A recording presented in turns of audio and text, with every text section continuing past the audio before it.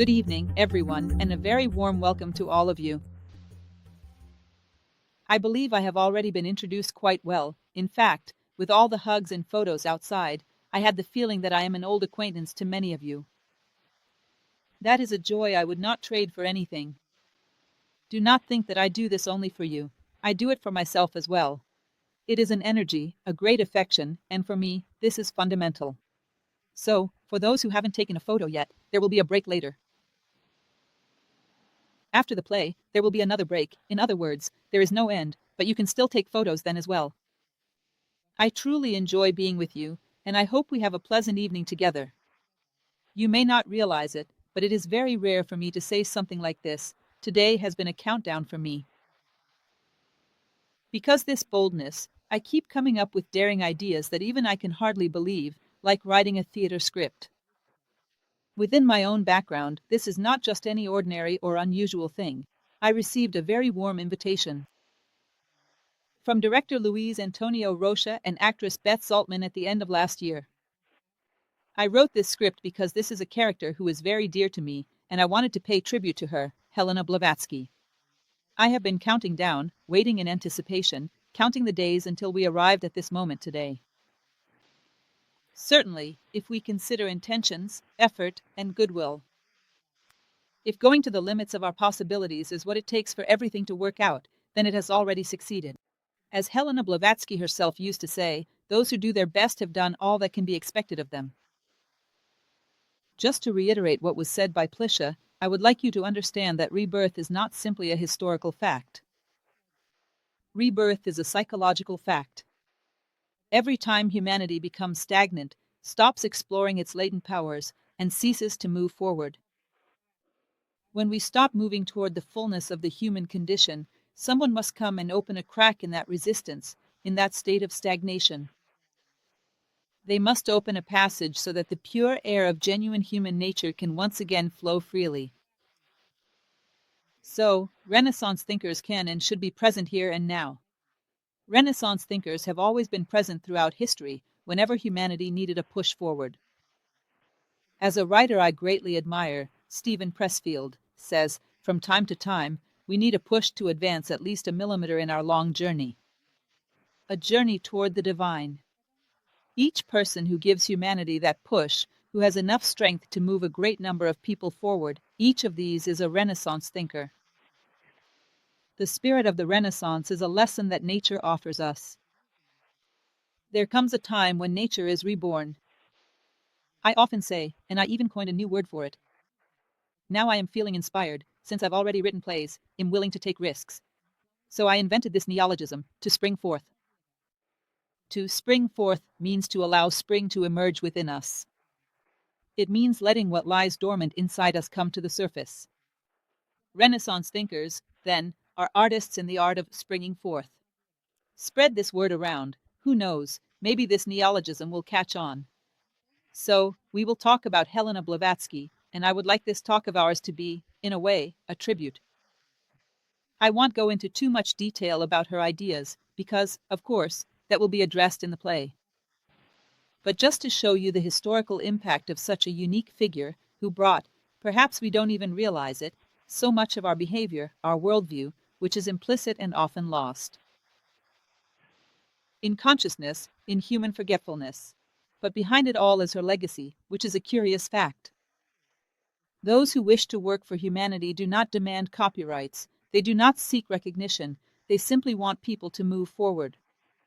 Even if it is just a millimeter, even at the cost of much pain and great sacrifice, which, in general, is unavoidable. And her case was no exception. She lived a tremendously sacrificial life. And if today, from time to time, we see a little light, well, perhaps humanity is not just about surviving. Perhaps life is more than simply accumulating information on a horizontal level. Perhaps there is verticality. Look, behind all of this, there is a push from Helena Blavatsky. Just as with foul ideas, the same thing happens. Today, there are many people out on the streets who believe that our current materialistic world is the best of all times, and that everything that came before existed only to bring us to this point. This is positivism. And you find people on the street who have never even heard that there was a person named Auguste Comte, but they are positivists. Professor George Angel Livraga, who is the founder of New Acropolis, used to say that a poorly conceived idea kills more than a firearm. Even when its bearer is no longer here, it continues to kill dreams, to kill hope. And a well-conceived idea does the opposite. It gives life, it breathes air, it inspires hope. And perhaps you are not even aware of the breath you have, of the hopes you carry, if there isn't, somewhere in the midst of it all, a little spark from this lady.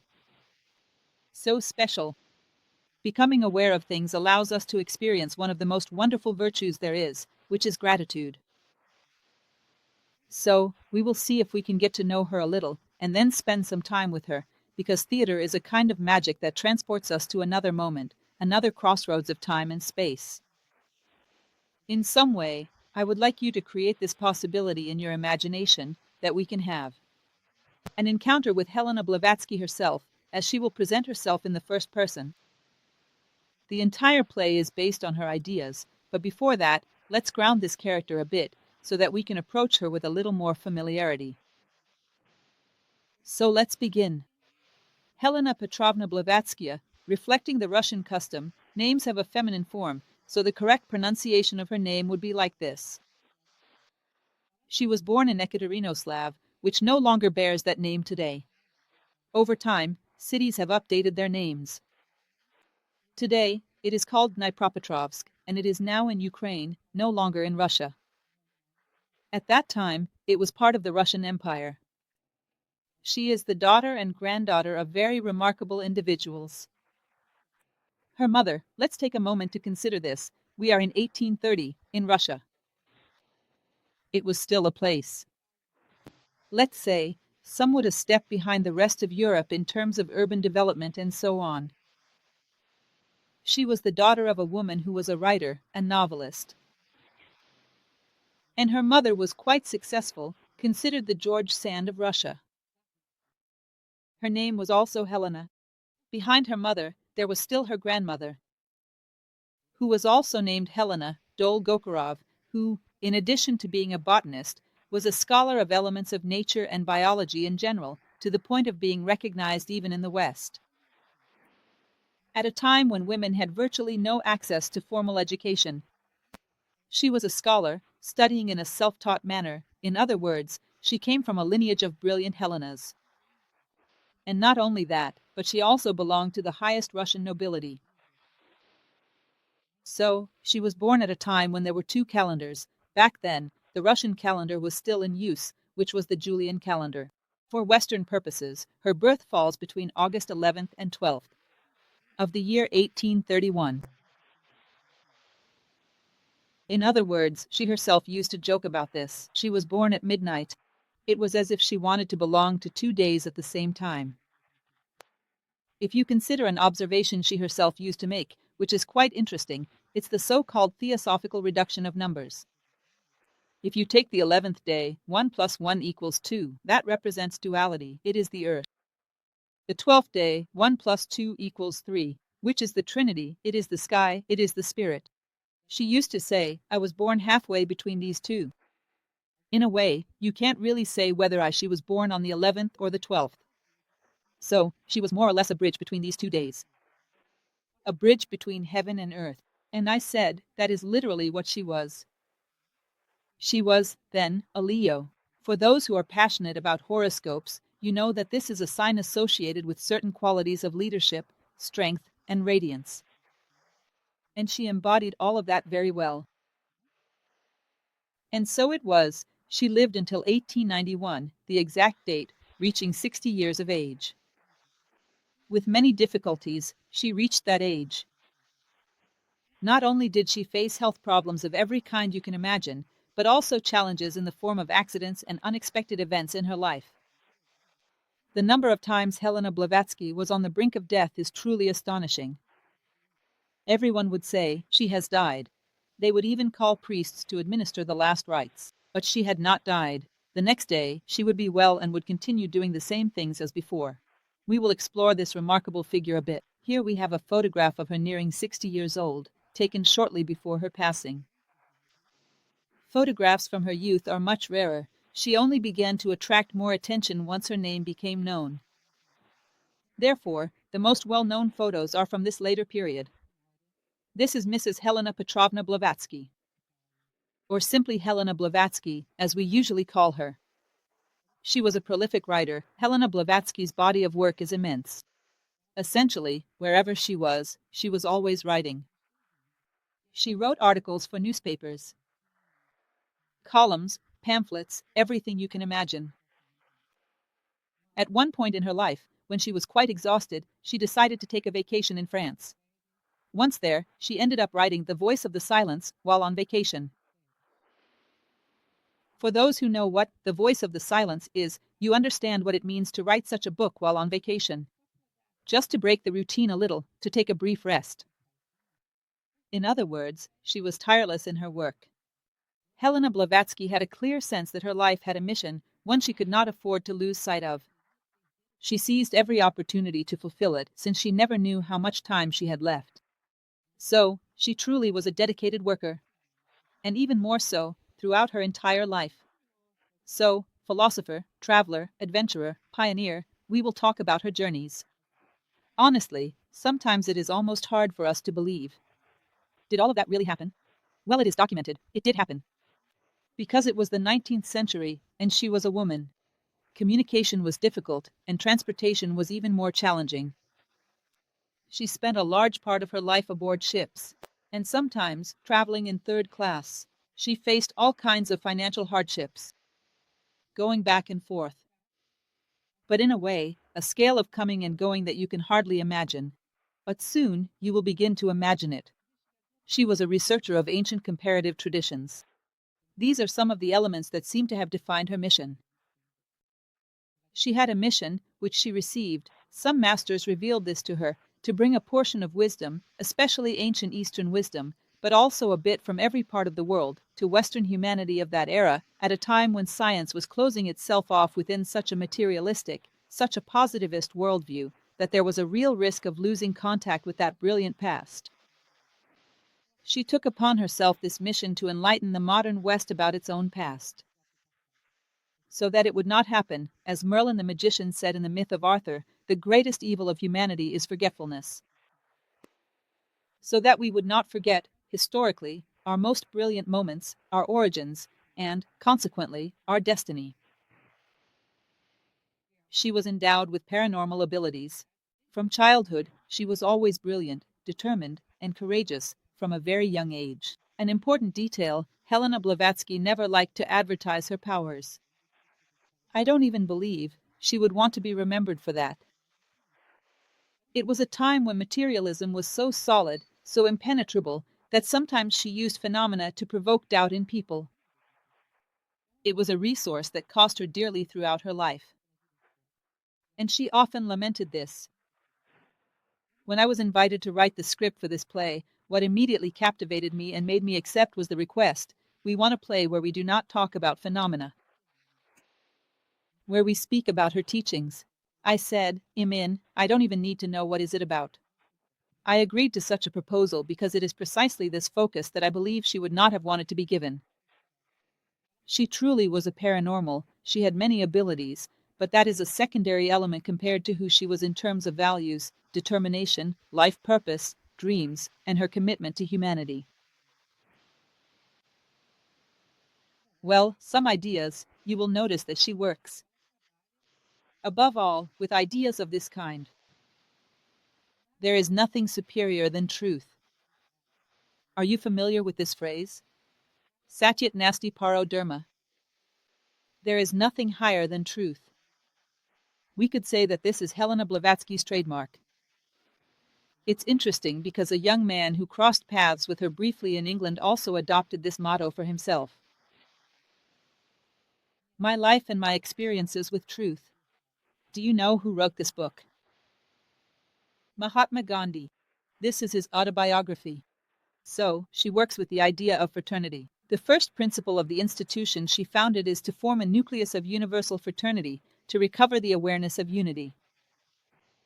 This is her fundamental proposal. Immortality of the soul and evolution of beings. She believes that every being has an immortal essence and that all are in the midst of a journey toward the highest self-perfection. This is also a constant theme in her work, the transmission of knowledge throughout the ages. Are any of you familiar with the Kybalion? The Kybalion is a work that... Who here is familiar with our work on YouTube? Does everyone know it? That's quite a lot of people. You should share it with those who aren't familiar yet. The Kybalion is a work based on Hermeticism, and it begins with a phrase like this. Oh, do not let the flame be extinguished, nourished since ancient times, by priests pure in love. Do not let the flame be extinguished. Helena Blavatsky believed that there is a flame of human knowledge, which was almost lost at certain moments in history. But it was not lost, because a very small number of people kept passing it on, like a baton in a relay race, from generation to those who were responsible and mature enough to carry it and not let it go out, waiting for more favorable historical moments when it could be shared with everyone. She speaks often about this, the human wisdom that has been passed down through the ages. The divine and unified nature of everything, that is, in essence, we are all one. Our appearance is diverse, but the essence of each one of us is identical. I often share in my lectures, perhaps some of you are already familiar with it, the story of the Indian Sutratma. It is about a bead on a necklace that, when it looks within itself, finds that little piece of thread. That runs through it, and the bead says, I have found my essence. But one fine day, this bead discovers that the little piece of thread running through it is actually a segment of a long thread that passes through all the beads on that necklace. This is a beautiful summary of what Helena Blavatsky believed, that, in essence, we are one. Therefore, it is enough for you to delve deeply into your own heart, because at that point, you will find all of humanity, the deeper you go within. The more you find outside yourself as well. And her entire body of work is a powerful call for you to dive toward that point where you and all of humanity meet. Parmenides, the ancient pre-Socratic Greek philosopher, used to say, those who sleep have a universe of their own, but those who are awake dwell in a world held in common. In other words, those who are awake in the midst of the night of the ages, these are the ones who share a common world. Those who sleep return to their own private worlds. This is essentially a summary of all of this. This was the work of Helena Blavatsky. She spoke of all these things and even referenced their origins. She emphasized the necessity of seeking wisdom as a goal that should be held above all else as the highest priority in human life. So, it returns to that initial phrase, nothing is superior to truth. This does not mean that there are no things that are superior. There is in the world. It does mean this, but it also means that in your priorities in life, nothing should be placed above the pursuit of truth. If anything is set above this, you are probably not walking in the direction of truth. Truth, as a byproduct, grants you all human values along with all their benefits. But if you do not prioritize it, none of these human values will be fully achieved. Do any of you know The Prophet by Khalil Gibran? He says, he who grinds the wheat without love bakes a bread that only half satisfies the hunger of those who eat it. So it is with justice, with love, with fraternity practiced by people who do not have truth as their priority. It only meets half of humanity's needs for justice, love, and fraternity. We are not whole, and therefore we cannot well solve problems in their entirety, nor can we give ourselves fully. She exemplified this through her own life. In fact, this is hers, another beautiful phrase, to honor truths through practice. And she did so with great fidelity. Religion wisdom, this is another very interesting point. She used to say that all human knowledge, in its origins, came from the same source. And therefore, as we engage in a comparative study of all traditions, we draw closer to that point. She called this the religion of wisdom. Imagine, if you will, a tree standing atop a mountain. Everyone is climbing, eager to discover what is at the top. You hear an Inca speaking in Quechua, saying that at the top of the mountain there was a tree. you hear a Hindu speaking in Sanskrit, saying that at the top of the mountain there was a tree. You might hear, for example, a Celt saying the same thing. You will realize that what all these people saw. Each person expresses it in their own language, according to their cultural codes, but everyone saw the same thing. Everyone who manages to climb to a certain height on this mountain sees only one thing, a tree. Now, if someone tells you that there is only a green leaf up there, or a large green mass, you will deduce that they did not climb the mountain all the way. They stopped halfway up. So, through comparative study, you can discern who has climbed the mountain and who has not. And you come to understand what is truly at the top. And it teaches that this universal wisdom, which would exist regardless of human opinion, means that things are what they are, whether humanity exists or not. Human opinion does not shape reality. In the Middle Ages, everyone believed that the earth was flat. The earth did not become flat just because people thought so. The earth does not take a census of human opinion to determine its own shape. It possesses its own truth, whether you see it or not. That is the most you can do. So, it is said that we can come to touch upon this inherent truth of things through comparative study. And for this reason, she traveled all over the world to demonstrate that comparative study is indeed possible. It is not because there was no internet, no computers. Just imagine. To be able to enter a computer and access a wealth of information, none of that existed. I had to go after things myself, in the most exotic languages, hidden away in the most we will see places. And yet, she still did it. Well, in the pursuit of reviving the memory of the West, I made a brief list for you all. I don't want to include anything I'm not certain about, because there are people mentioning all kinds of names. These names, I assure you, are from the 20th century. And even in the 21st century, in fact, I think now, in the 21st century, this has been revived even a bit more. More names are emerging, people who have already overcome that 20th century prejudice and now have the courage to come forward. I learned a great deal from Helena Blavatsky. But only in the 20th century do you find people like Robert Crooke, who was even a theosophist and conducted extensive research on magnetism, Robert Einstein, David Bohm, Rupert Sheldrake, the one known for morphic resonance, who is our contemporary. In literature, there is William Butler Yeats, who was a Nobel Prize laureate and frequently referenced these teachings. Not to mention Fernando Pessoa, translated The Voice of the Silence. In fact, an excellent translation of it is his. James Joyce, the author of Ulysses and others. In the visual arts, Mondrian. Paul Klee, Kandinsky, and many others. As I mentioned to you, this list is only a summary. The names would go far beyond this. Mondrian, Kandinsky, and so on. In music, we can mention Sibelius. In politics, Gandhi, and even Nehru. It is undeniable indeed. It is historically documented. The importance of theosophy and teachings of Helena Blavatsky in the Indian independence movement. Gandhi even met her personally. In fact, for those who do not know, Mohandas Karamchand Gandhi came to know the sacred books of India through translation. It was a theosophical translation that he encountered while he was in England, studying law. And so, for the first time, he read the Bhagavad Gita. It was thanks to Helena Blavatsky, her work, and the work of her disciples, who encouraged him to read the sacred texts. They are the greatest treasures in the world. This was a historic moment when India had been convinced to feel ashamed of itself. And she was a voice going against all of that. She even said that the viceroy from India, during the 7 years she lived there, she was not particularly well liked. This was precisely because she encouraged Hindus to value their own culture. She said, if you take possession of the heritage you have, you will go out into the world as masters, not as slaves.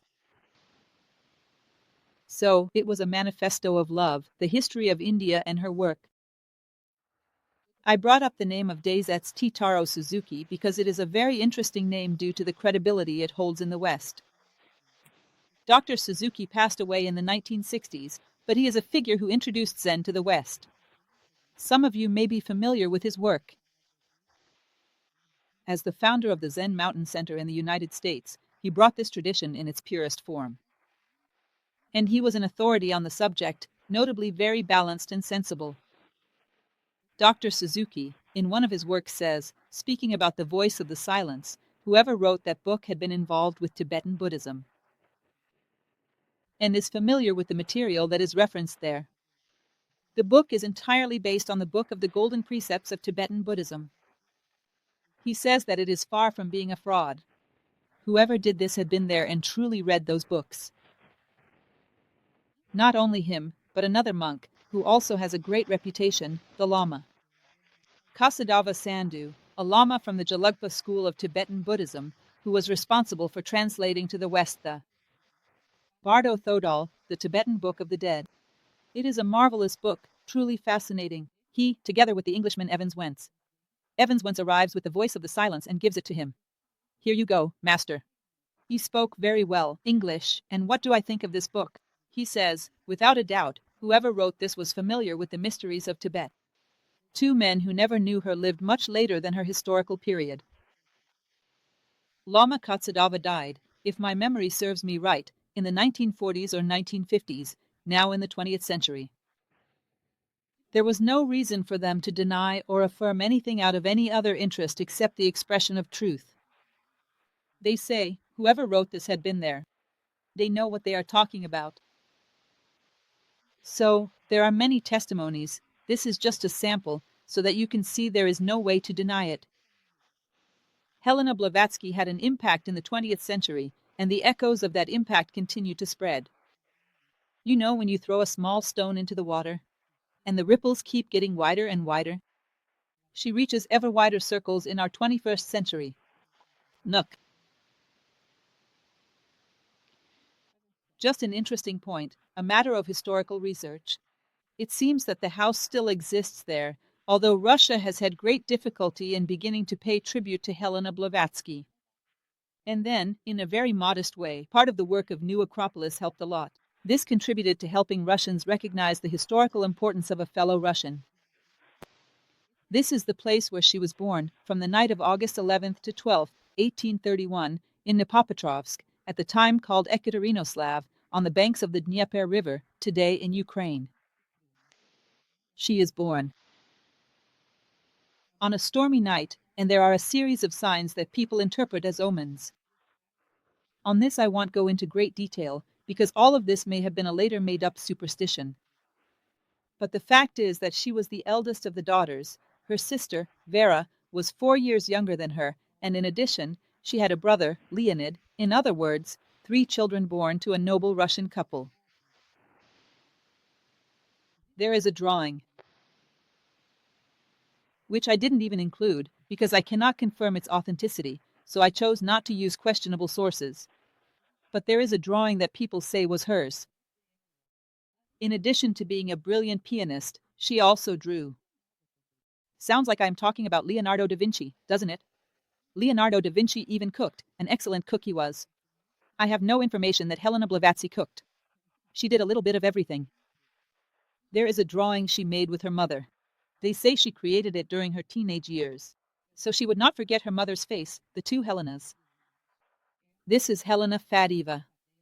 After she got married to Peter von Hahn, she then became Helena von Hahn. Both of them came from noble backgrounds. It is said that her father was of German origin, from the House of Mecklenburg.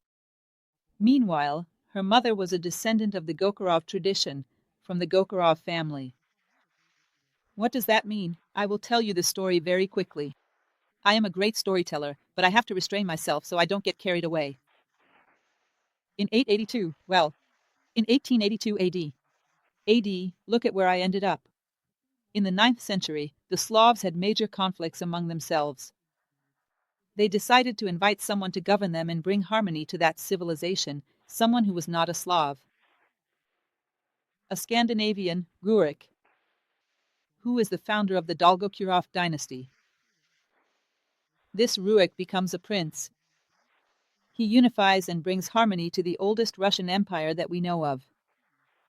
It was only with the extinction, that is, the lack of a suitable heir to the throne of the Dolgopurov line in the 17th century, that the Romanovs took over.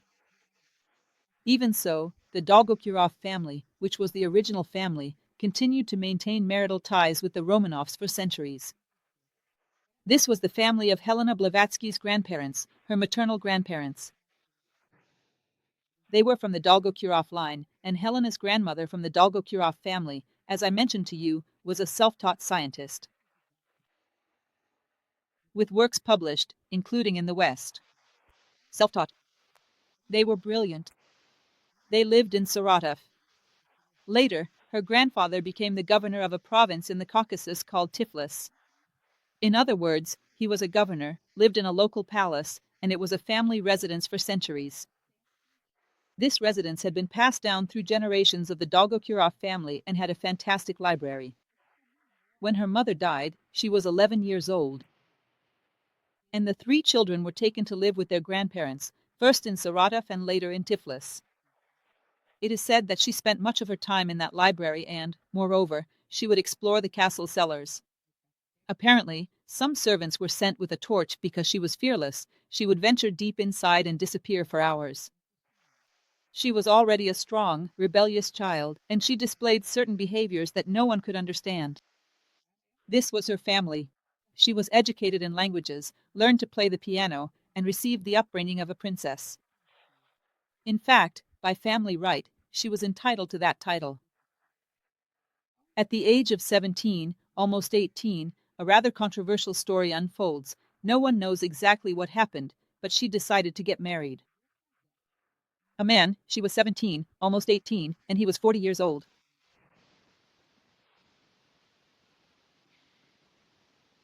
Nikifor Vasilyevich Blavatsky was a 40-year-old man, still young, well-presented, and the vice-governor of the province of Yerevan. In other words, a young man, noble and successful. He was certainly much older than she was. Now, the reasons that led her to want this marriage are somewhat unusual.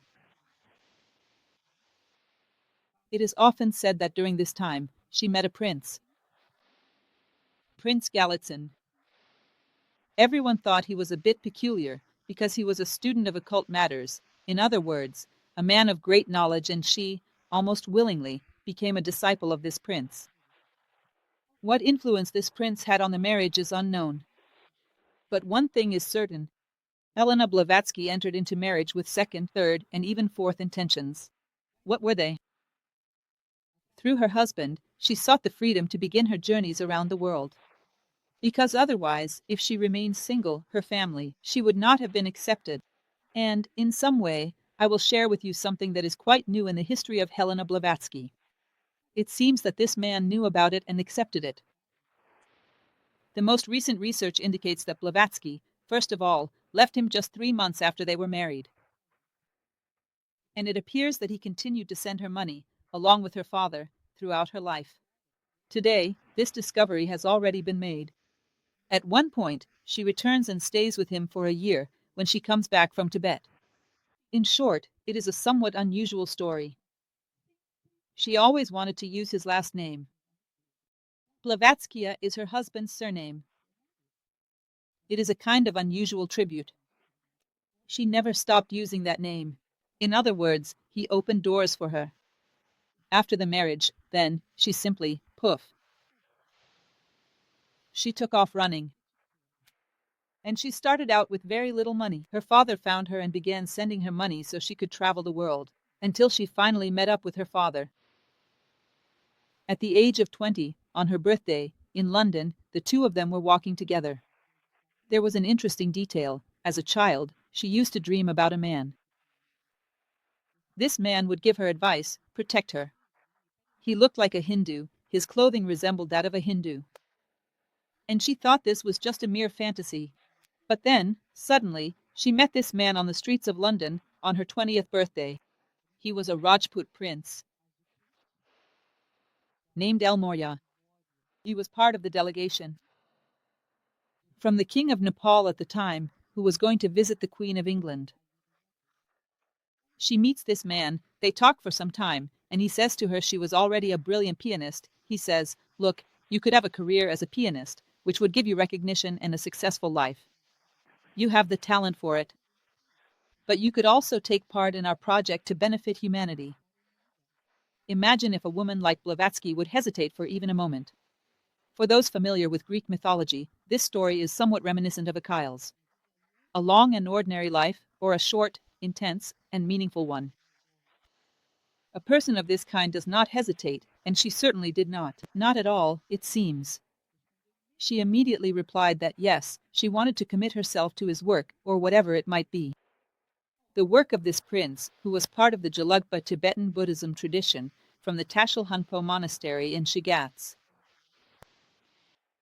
was to transmit some of the knowledge from humanity's past. For that generation which was becoming so materialistic. But she had to undertake a series of journeys that served as a kind of trial, so that she could purify herself, prove the sincerity of her intentions, her loyalty, and be prepared to go to Tibet. In other words, do you want to be my student? Yes, I do. I accept. Are you willing to give up everything to be my student? I am. But I will accept you. No. You must qualify yourself. When you are ready, I will accept you. These were the conditions, basic, quite simple. She made 3 attempts to enter Tibet. She only succeeded on the 3rd try. In the meantime, she traveled to all sorts of places. Her Tibetan master would say, "Look, Tibet, you could go there with an army, and you still wouldn't find our monastery. Now, if we want to and we come to meet you at the door, then you may enter. And when we feel that you are prepared, we will welcome you at the door." And that's how it happened. At a certain point, she went there and knocked.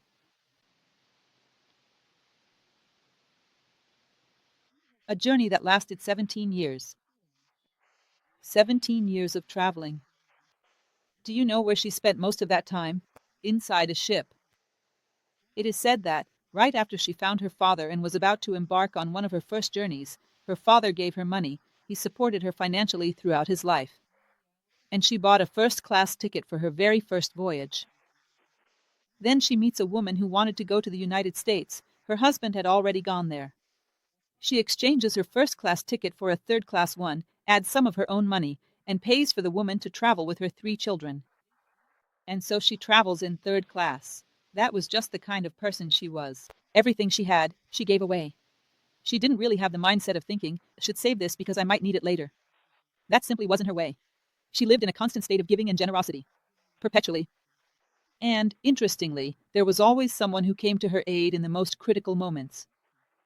She never reached a state of destitution. Whenever she had something, it was never just for herself. Her entire life was like this. So, she traveled the world for 17 years. I don't think you'll be able to see it. At the top, it is a little clearer. I've marked only the names of the places where she had been. So you can take a look. Just imagine that, traveling by ship, swaying back and forth. In 3rd class. A woman traveling alone. Everyone staring. Who is this woman? What is she doing here? And there she was, in 3rd class, in a dreadful condition, traveling all around the world. She basically journeys across the entire globe, to every place where she believes there might be some trace of wisdom. To collect it. To take notes. To learn. To create her own collection of humanity's wisdom. Have you ever heard of those Japanese mountain monks, the Yamabushi of the Shugendo sect? Even the Japanese themselves know little about the Yamabushi. They live in isolation in the mountains. Everyone knows that they are wiser than the Zen tradition, wiser than the Shinto tradition. They possess extraordinary knowledge, and it is even said that this includes astrology. And they still live in isolation there to this day.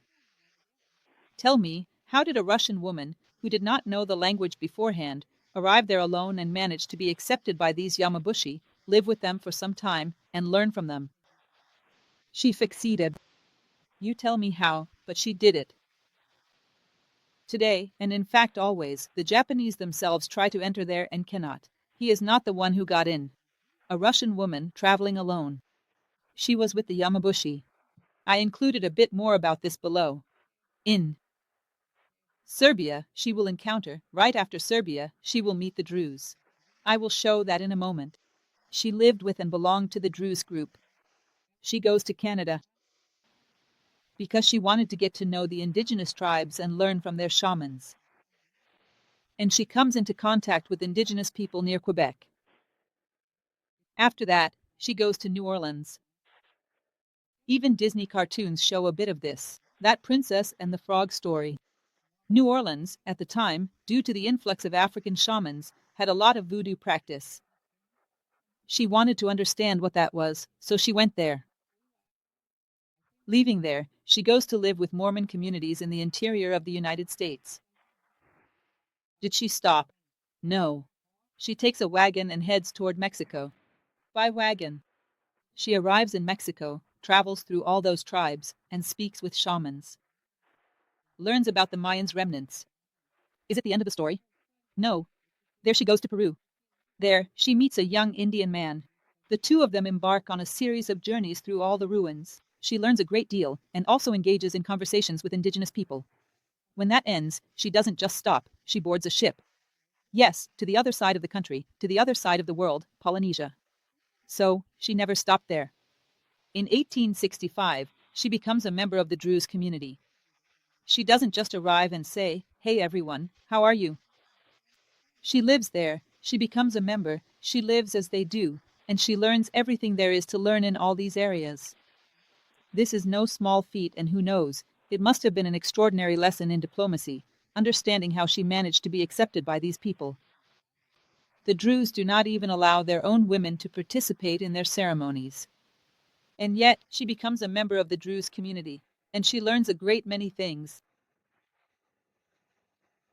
Another aspect that is almost legendary is that she would never pass by a place where there was a just cause without getting involved. It somewhat recalls the code of the Knights of the Round Table, where, wherever a knight passed, his sword was at the service of justice, kindness, and love.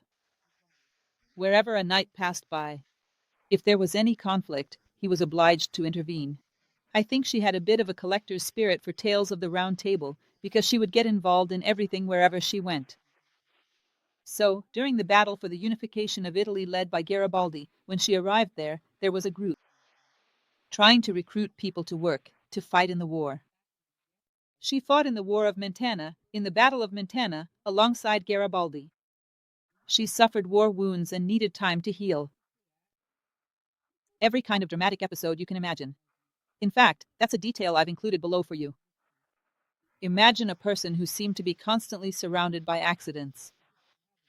When she was 9 years old, she almost died in a landslide, an avalanche, but it missed her by just a few centimeters as she was passing by with her family.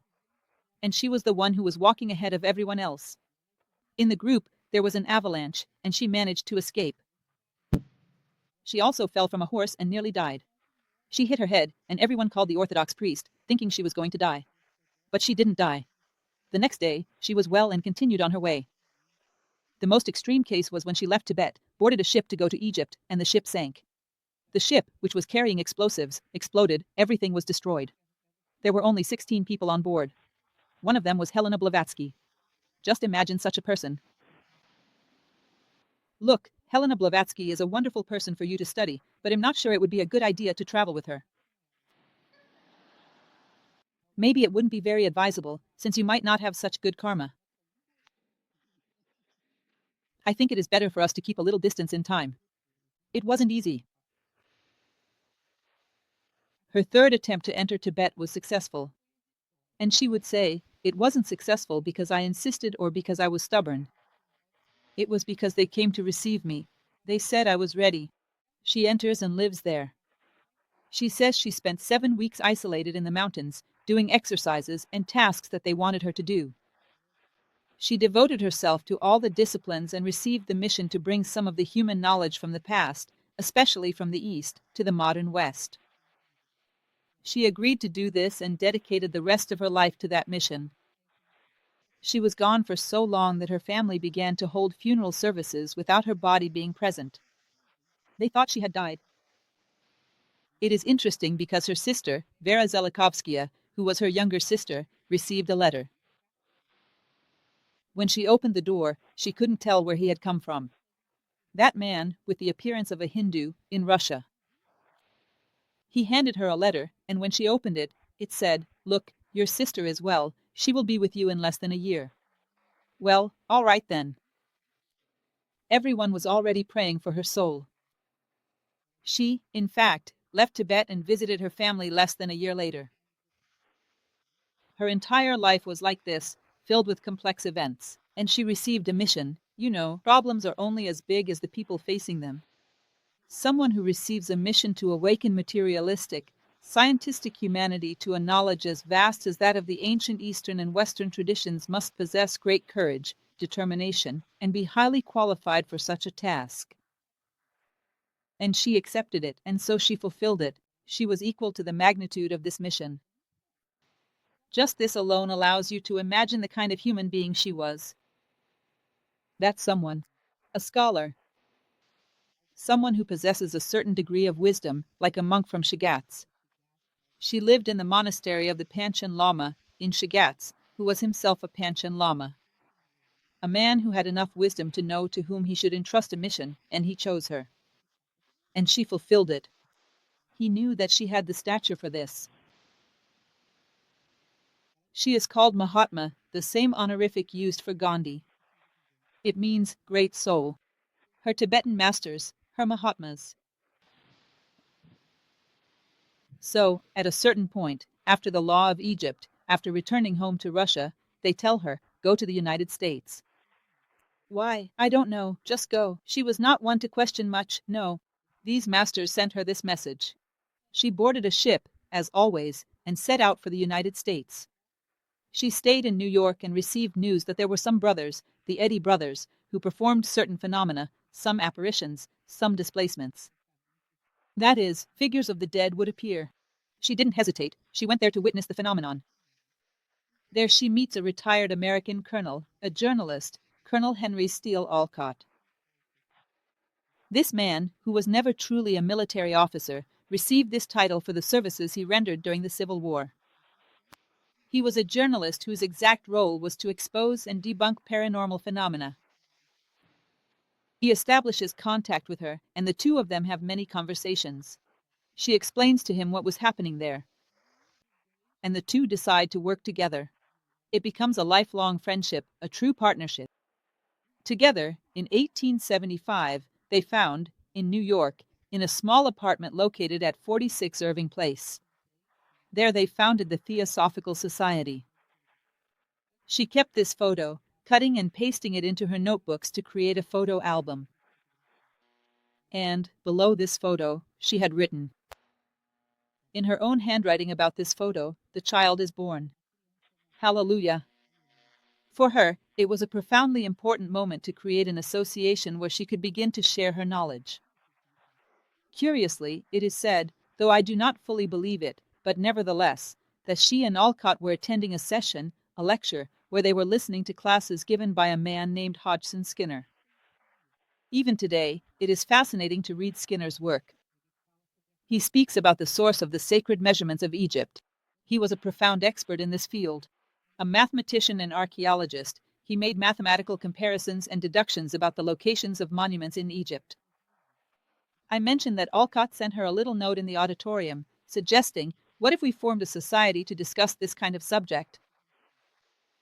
It seems she was just waiting for him to have this idea, so she could say it was his, because she had already been wanting this herself. The so-called Miracle Club of the United Essenes, which was the Miracle Club, was a group of people interested in paranormal phenomena. At first, they go and attend this group. It was founded with 17 people. But the United States was very unstable, very much subject to the changing winds of trends. There were times when there were dozens of people. At that time, it was just her and Olcott. And whether because of this or due to some guidance she received, she decided to leave the United States for good in 1878 and went to India. Do you know who had joined the Theosophical movement in New York in 1878? Thomas Alva Edison. He even attended classes with Helena Blavatsky during her period in the United States. Then she leaves. She takes Olcott with her. Olcott as well, another one who never looked back. He was someone who truly dedicated his life wholeheartedly. He never looked back either. The two of them go to India. The mission in India. 7 years in India. 7 years of extraordinary effort. Perhaps those were the most difficult years of her life, but also the most prolific. She suffered greatly in India. It was a historical moment, as I have already mentioned to you, when the Indians were being convinced by the English, who dominated them, that their culture was entirely superstitious and contemptible. They were told they had to imitate the technological knowledge of the West, and many were being convinced of this. It was common for them to send their children to study in England so they would forget their so-called superstitious roots. And she experienced this as a personal tragedy, because India is perhaps the world's library of profound knowledge. Perhaps there has never been another people, except for the Egyptians, who are on a similar level, who have delved so deeply into the understanding of human nature. And she suffered tremendously because of this practice. She arrives, then, and first goes to live in Bombay, which today is called Mumbai. She referred to this place as the nest of crows. Crows are a symbolic bird, representing those who seek and transmit wisdom. You may have already suspected this from the myth of Noah's Ark, haven't you? Why was the crow released? And didn't it return? Because it was not searching for physical land, it was searching for the metaphysical land, the spiritual land. And the crow is always a symbol of the one who seeks mysteries. They called their first house in India the nest of crows. After some time, they managed to buy a piece of land. With their savings and the donations they received, in Madras, which today is called Chennai, where the headquarters of the Theosophical Society still exists. And so, they begin to put their teachings into practice, traveling throughout the country, founding a newspaper, The Theosophist.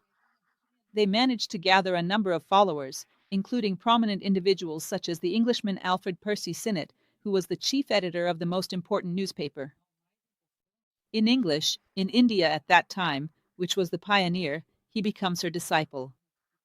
He learns a great deal from her. Until, at a certain point, after gathering many prominent figures, she begins to cause discomfort. She spent her entire life causing discomfort. It is curious. Observe this. This is statistical, is no opinion when it comes to the fact that the geniuses of history were always a source of discomfort for the contemporary processes. Did you know that about 70% of geniuses, this is a statistic, from every field you can imagine, were not recognized by their contemporaries? And many of them were harshly persecuted, and some were even killed. Only 30% of the geniuses throughout humanity had the opportunity to be recognized while they were alive. Most did not, just posthumously. It seems to be a characteristic of geniuses. So, when everyone rejects someone, before you join in with the collective sentiment and reject them too, take a moment to see if you might not be rejecting a genius. Collective behavior, when faced with something great, gets unsettled. Why is that? Once again, I turn to my friend Stephen Pressfield, who said that there is a tacit agreement to remain in mediocrity together. When someone stands out, they are seen as a traitor. I always use the example of the day you studied at school when you were a child, because almost everyone has gone through this experience. You studied, went to school, took the test, did well, and your classmates wanted to beat you up at the door. Why is that? No one else studied. Everyone else got a 0. If you had also gotten a 0, then the whole class would have failed, and it would have been the teacher's fault. But you got a good grade, you exposed everyone, and proved that it was possible. They didn't do it because they didn't want to. So, there is a tacit agreement to remain stuck in the mud, but only if we're all together. When someone breaks away, they are seen as a traitor. Be mindful of your rejections. See if you are not falling into the collective phenomenon of rejecting those with talent. One of the rarest and most beautiful things to witness is someone who is able to recognize a genius during their lifetime. It means that person is open-minded, free from prejudice, and not tainted by envy, competition, or rivalries. So, through this little newspaper, she attracts a great number of people, and this ends up causing widespread discomfort among the English government and the Christian missionaries in India. They believed that, at that moment, there could be an idea that was not Christianity. It had to be abolished. And they held on to the hope of converting all of India to Christianity. Helena Blavatsky, on the other hand, was saying, "Your culture is a pearl, do not give it up." Of course, this was a somewhat utopian and distant goal. But that hope existed at the time. And she was saying, "Do not abandon your beliefs, they are precious." They are the oldest in the world, perhaps the deepest. This was not well received. And then we will live through a rather complicated episode, 1885, which is the Coulomb case. It involved a couple whom she rescued from poverty and appointed as caretakers at the Theosophical Society in Udyar, in Madras. And, at a certain point, after being dismissed, whether out of anger or perhaps because they were offered money and became corrupted, they began to claim that everything she did, her paranormal abilities, everything, was a fraud, that she was a charlatan. And so, the Society for Psychical Research from England was called in, an organization dedicated to investigating such matters, which had already visited the Theosophical Society in London and even held a certain sympathy for the movement. But it seems they chose the wrong man. The investigator who was sent to India, Richard Hodgson, already went there with the intention of proving something that could not be proven, that Helena Blavatsky was a fraud. He released a report claiming that she was the impostor of the century and even suggested that she might have been a Russian spy. Now, if anyone knows why the Russian government would be interested in someone teaching philosophy in India, please explain it to me, because I still don't understand. I've never seen a spy do philosophy. That's interesting. It is true that every philosopher is a bit of a spy, in a way. They investigate everything. Anyway, the report is a joke. 2 years later, there was another scholar, Myers, who wrote an internal report within the Society for Psychical Research, stating that there were a number of errors in Hodgson's report. It was never published, it was kept hidden. Do you know when this was finally overturned? Only in 1986. See, only in 1986. The Coulomb case happened in 1884. In 1986, only 1986. Another scholar, Vernon Sanders, was sent to India to study the case and discovered that everything had been fabricated. The entire Hodgson report was fraudulent. It was even found that he was aware of this and concealed the fact that the Coulomb couple had offered to retract their entire story for the price of 10,000 rupees. In other words, it was a great deception, but it cost her humiliation and public exposure. This ordeal left her gravely ill. As a result, in 1885, after 7 years in India, having rendered a service of immeasurable value, including planting the seeds of India's independence, she decided to leave. She traveled through several European countries and eventually settled in London. She began a project she had been announcing for a long time. She would revisit Isis Unveiled. This was a book she had published during her time in the United States in 1877, and she intended to revise and expand Isis Unveiled. She started working on this as soon as she left India. However, as she progressed, she ended up creating an entirely different book, The Secret Doctrine, her masterpiece. She said that the secret doctrine only had to do with Isis without Vel. Just around 40 pages. In Brazil, there is an edition with 6 volumes. In other words, she wrote another book that was much broader and much deeper, which she regarded as the work of her life. She wrote it with a sense of urgency, as she was afraid she might die before finishing this book, which she saw as her mission, that she had to deliver it to the world. So, here we are already entering the period leading up to her death. She was in a hurry to finish The Secret Doctrine, and here, Annie Besant, who was a disciple during the final years of her life, describes how she worked. She left India seriously ill, and she worked tirelessly. She says that Countess Constance Wachtmeister, who cared for her at the end of her life, said that she never stopped, sometimes even for meals, writing page after page by hand, driven by that urgency to finish The Secret Doctrine, which would be completed in 1888, Volume 1 in November, and Volume 2 in December. For her, this was a relief. She could not die without writing The Secret Doctrine. In November 1888, the first volume was published, and in December, the second. The third volume was already gone. The third volume of The Secret Doctrine was a compilation of her lectures and articles put together by her disciples. During her lifetime, she only had time to write the first 2 volumes. Later, they were published in another form in Portuguese. 89. I say it is the year of the small great books. I am tired, I have written a lot. I am going to rest. Once again, I am even ill. I am going to France, to a more rural region, to recover. In 6 months, she writes The Voice of the Silence, and in another 6, The Key to Theosophy. This is something quite soothing. It is a counter-rhythm. I will do something else. I am on vacation. I will write. Writing now is the key to theosophy. It is another book, so different in fact. And I say, The Voice of the Silence, I recommend to those who have never read her works. Helena Blavatsky starts there. It is a book that is a transcription of a Tibetan document with which she came into contact during her time in Tibet, and she memorized much of it. These are the so-called books of the Golden Precepts. And this book of the Golden Precepts is the one referred to by Dr. Suzuki and Lama Kasadava Sandhu. It is a book for internal use within the schools. The Tibetan Jalagpas. She transcribes a large part of these writings that she memorized, transforming them into the book The Voice of the Silence.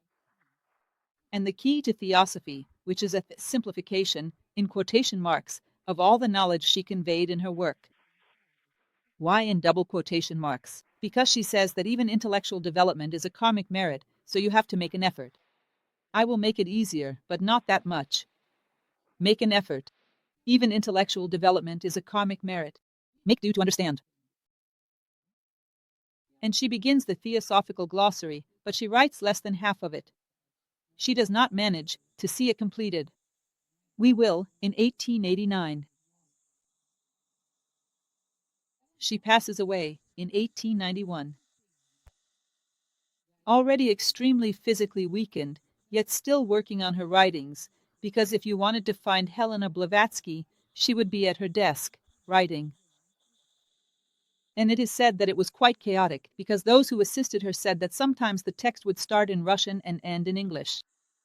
There would be a bit of French in the middle as well. Her handwriting was not exactly the best. There was always that mountain of papers. And she wanted to hurry to try to finish the glossary. But there was not enough time. It is said that she was so serene, sitting at her desk, that people thought she was simply resting. It was an influenza epidemic that struck England. She died from this illness, which may seem insignificant to us today. But at that time, it was still quite aggressive. She died from an episode of influenza and passed away, sitting at her desk. Now, something interesting is said. 2 days before her death, she suddenly rose from her desk. And she spoke this phrase, which became almost like an intention. For the afterlife, a final request from her life. Maintain unity. Do not allow my last incarnation to have been a failure. Do not allow everything I have done, as Helena Blavatsky, in this incarnation of mine, do not let all that I have accomplished be lost or become a failure. Do you realize that what we are doing here right now is precisely an attempt to fulfill her request? To ensure that this knowledge remains alive. Carl Jung, the great founder of analytical psychology, used to say that when we learn from our ancestors, we breathe new life into them. Their lives are illuminated by the possibility of continuing through ours in this way. This is our inheritance of knowledge. I find it amusing, just as an aside, a bit of contemporary gossip. There is a trend nowadays where people make family trees to see if they have any noble ancestors. Have you ever seen this? I think it's funny that the other day my brother came to me with this idea. We will pay to have it done. I asked, do you want to find a noble ancestor? He said, well, who knows?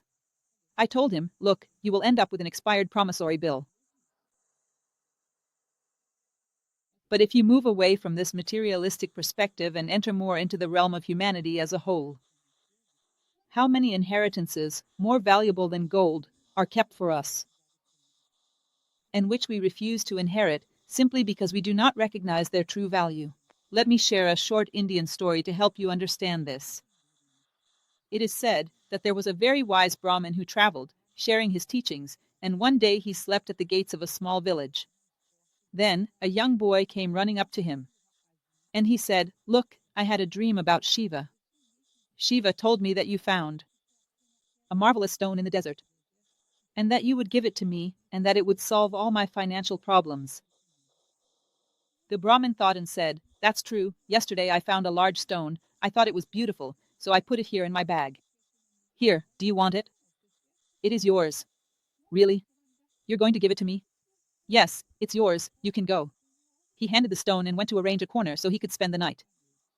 The next day he began to walk. The following day he was getting ready, folding his things to continue his journey. The young man came running from the city. Wait a moment." And he said, "Look, what do you want from me? I've already given you the only precious thing I had. I have nothing else to give you." "No, sir, you gave me something very precious. It's true, but you have something even more precious. And I want you to give me that." "What is it, young man? Are you out of your mind? Did Shiva tell you that?" "Shiva, at that moment, gave you the wrong advice. I have nothing." "What do you want?" "I want the virtue that you possess, the one that allowed you to give me a stone like this. I want that virtue. That is more precious than the stone. I want the virtue you have, which enabled you to give me this stone, in the way you gave it. That one, yes.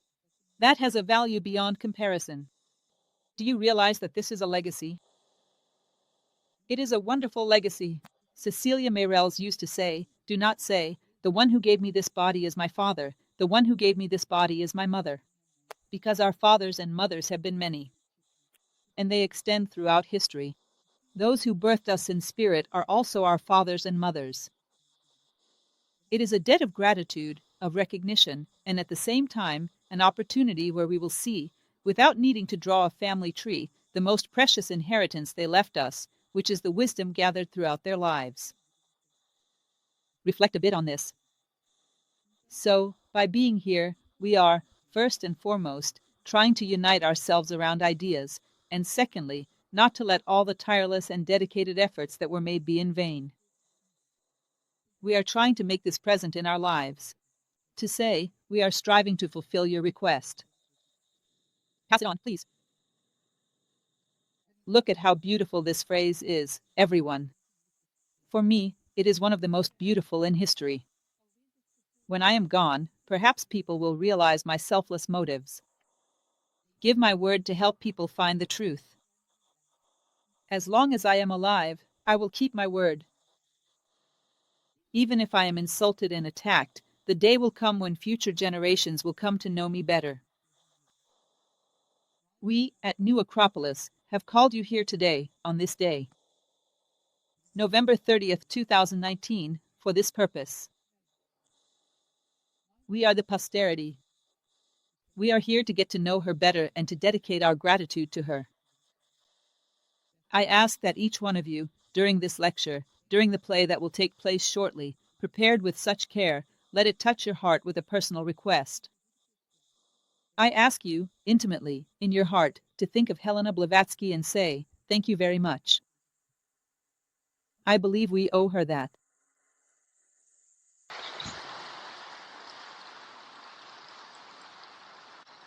Very briefly, I prepared this appendix just to show some details of her works. There is Isis Unveiled. Its main focus is to challenge the materialistic science and the dogmatic religion of her time, to open windows so that humanity may see other lights. A very interesting and profound book, which, within a week, sold out all the copies of the edition. She produced 1,000 copies for someone unknown in the United States and without any prior publicity in the United States. In just 1 week, she had sold all the copies. The Secret Doctrine, then, was published in 2 volumes, in October and December of 1888. There, she speaks of what Isis Unveiled had already hinted at. She challenges science, she challenges religion, the materialistic science and the dogmatic religion, but she also addresses, with much greater depth than according to Tibetan Buddhism, the origin of humanity and its destiny. She holds great hope for the future of humanity, and she believes that this is the greatest gift she can offer to humankind, to remind them of how great they can become. This is one of her comments about the secret doctrine. See how interesting. To the public and to the readers of the secret doctrine in particular, I can repeat what I have never ceased to affirm, and which I now summarize in the words of Montaigne. Gentlemen, I have merely made a bouquet of chosen flowers. In it, there is nothing of my own, except the ribbon that binds them together. This is a phrase from Michel de Montaigne that she adopts as her own. She means to say that all the teachings she shares. She simply traveled the entire world, throughout her whole life, gathering them with great sacrifice. And what is hers is only the ribbon that united them. The ribbon that bound them together, that collected them. And the offering of this bouquet to humanity. Notice how interesting it is that now, returning to the text of Helena Blavatsky, she says, "Break the cord, untie the ribbon, as you see fit. As for the bouquet, in truth, I will never be able to destroy it. You may ignore it and nothing more. Do you understand this? What can you do against me? Tear the ribbon, destroy the ribbon. But the flowers will not be destroyed. Truth cannot be destroyed by humankind. It is what it is. You may choose to see it or to ignore it. But your ignorance does not affect it in any way.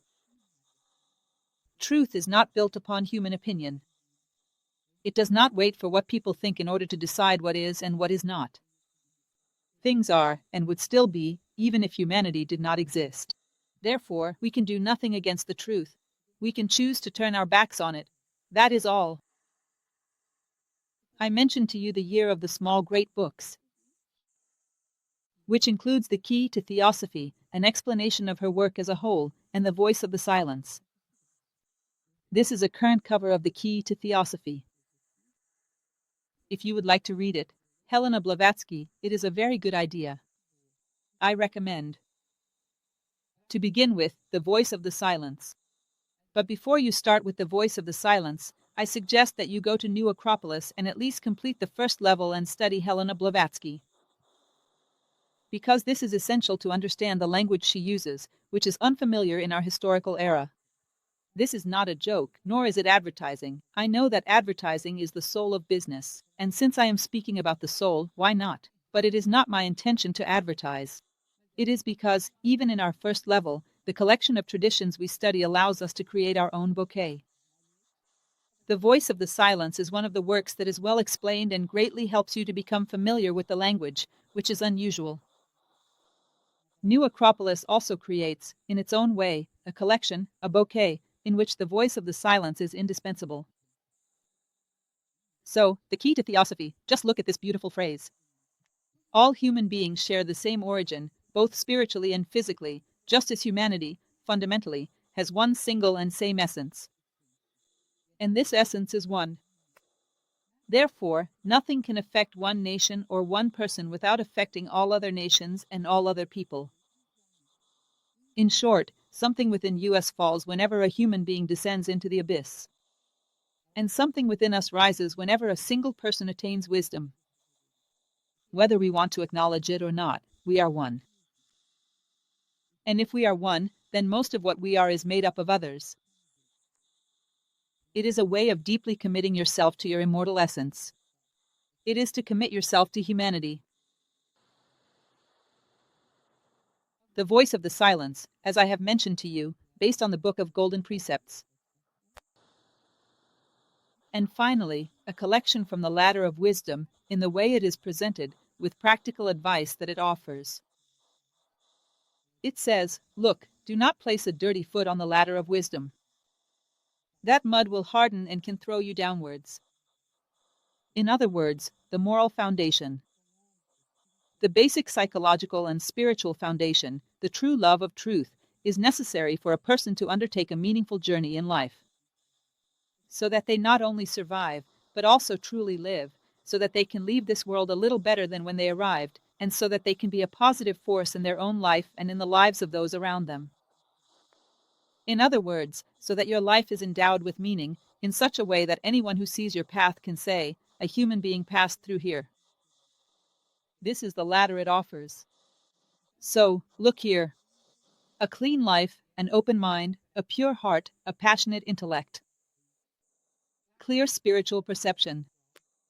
fraternal affection for all, readiness to give and receive counsel and instruction, a loyal sense of duty toward the instructor, prompt obedience to the precepts of truth, and courageous endurance of personal injustices. Fearless declaration of principles, brave defense of those who are unjustly attacked, and a constant focus on the ideal of human progress and perfection. Human improvement. If you, first and foremost, strive to become a better human being each day, all the other needs of the world will be provided for your growth. As the Bible says, right? Seek his kingdom first, and all these things will be added to you. In other words, if you humanize the person, this humanized individual will preserve the Amazon rainforest, the golden lion tamarin, the panda bear, and everything else that needs to be protected. For growth. Now, if you do not care about preserving the human condition, anything else. Taking care of things would be just a temporary fix. Because a dehumanized person, who does not even care for the young of their own species, will not care about the external environment. They believe they are merely users and that they can leave the earth destroyed. Therefore, the most ecological attitude, I'm not against ecology. I find a marvelous thing and support it, but we must realize it starts with ecosophy, preserving the human condition. And everything else will be given as you grow. Here, she proposes a staircase, a path for human improvement. Some rules. From Keaghley. Bertrand Keaghley, one of her disciples, at the end of his life, rented the home where she lived. He and his nephew, Archibald Keaghley, are the ones who helped compile the secret doctrine, carefully typing up all of it. He was a devoted follower of hers. He said the following as a tribute right after her passing. She showed us the radiant light of the star that illuminated our path. She taught those who were able to listen how to find the rays of that light within themselves. She pointed out the way, the direction to follow, and the dangers that awaited us ahead. She made us realize that only those who are able to forget themselves and are capable of loving will find the key to understanding the labyrinth of life. For this is the only way to nurture the spirit and the heart, and the only way to fill the conscience with wisdom. She had a phrase that represented her life's mission as the mission that was given to her by her teachers. She used to say, "When I forget myself, I remember the masters. When I remember myself, I forget the masters." In other words, one of the worst things for your self-improvement is to think too much and only about yourself. Victimization, lamenting all the sorrows of the world, or being excessively concerned with the details of your own personality. And how to indulge it, this is one of the main elements that most hinder fraternity. Do you want to overcome a difficult circumstance more easily? Think less about yourself, think about humanity, and commit yourself to it. This is another wonderful phrase that she shares in the voice of the silence. It is probably from the book The Golden Precepts. She says, "Do not let the tear that runs down your face dry until you have dried the tear that runs down the face of the last of mortals." Do you understand this idea? The sacred pain. As long as there is a tear to be dried, I will let the one running down my own face dry, because if I forget the pain of others, I become complacent. As long as there is pain, I am committed to it. And this is what sets me in motion. I have a little trick that I usually use to get out of bed in the morning. Let me share a little secret with you, which is this. That feeling of laziness hits, of course, but you all probably never experienced that, right? It must be just me who still has this almost extraterrestrial phenomenon of laziness. In the morning, no one goes through this anymore. I can see that all of you have already overcome this, isn't that right? But anyway, if it ever does happen, just imagine the following. I am paying for this concession of mine with a certain currency, human suffering. Someone is waiting for me, some mission awaits me in the future, something needs to be accomplished, and I won't be there because I made this concession. In other words, I pay for my weaknesses, my concessions, my inertia, my selfishness. I pay for them with a currency, human suffering. There is some pain that I could resolve, that I could alleviate. I am not there because I made concessions to my own weaknesses. This is the kind of thing where you will truly see human nature within yourselves. You will react immediately, saying, "No, that is a price I am not willing to pay." And you spring out of bed as if you were a jack-in-the-box. It is interesting, you begin to realize that within yourself you possess this human structure as a latent power, which you need to bring forth. Eternity is an intrinsic part of who we are. We must recognize it, and I will bring it to the surface more and more. Seek knowledge for the pure love of it, and self-knowledge will ultimately crown your efforts. This is her signature at the end. Before she died, you can see her handwriting trembling. Helena Blavatsky. Seek knowledge for the pure love of it, and not for any personal gain. This is another point I always emphasize. How do we seek knowledge in our current historical moment? We pursue it for what it can give us. In other words, I study to pass an exam, to get into college, to secure that job. Well, to have that prestigious profession. If I could get into that university, or land that job without having to take this exam, and do so with certainty, who wouldn't choose such an alternative? Knowledge becomes a nuisance that stands in the way.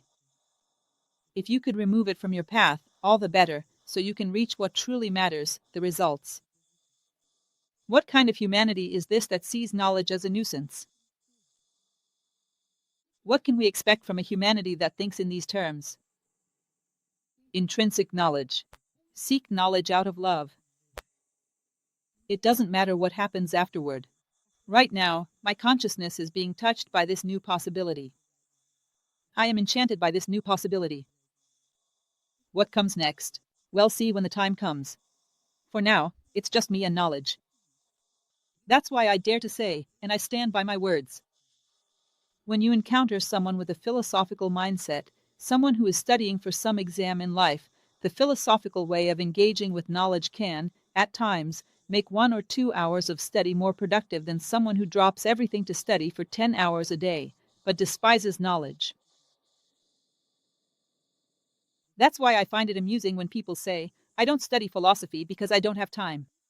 My dear friend, philosophy gives you time, does not take it away. It teaches you to love knowledge for its own sake, not for what you might gain or lose from it.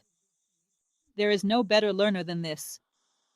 Great men and great women, like Helena Blavatsky, are simply passionate seekers of knowledge. Seek knowledge out of love, and you will be crowned with self-knowledge. And with profound self-knowledge, when you attain full understanding of your own heart, you have found the heart of the universe. Because at that point, we are all united. This, then, is what I would like to share with you as a brief reflection. You notice that I circled around Helena Blavatsky. I did not address her ideas directly, because this presentation was created around her ideas. It was a wonderful experience. I could give an entire lecture just to share with you all the stages of its creation, the process of developing it, and the love we poured into this work. This play is a tribute to the greatness of a figure like Helena Blavatsky. Do not forget that you made me a promise. At the end of everything, at the end of the play, from the depths of your hearts. Thank you very much. Thank you so much, Madame Blavatsky.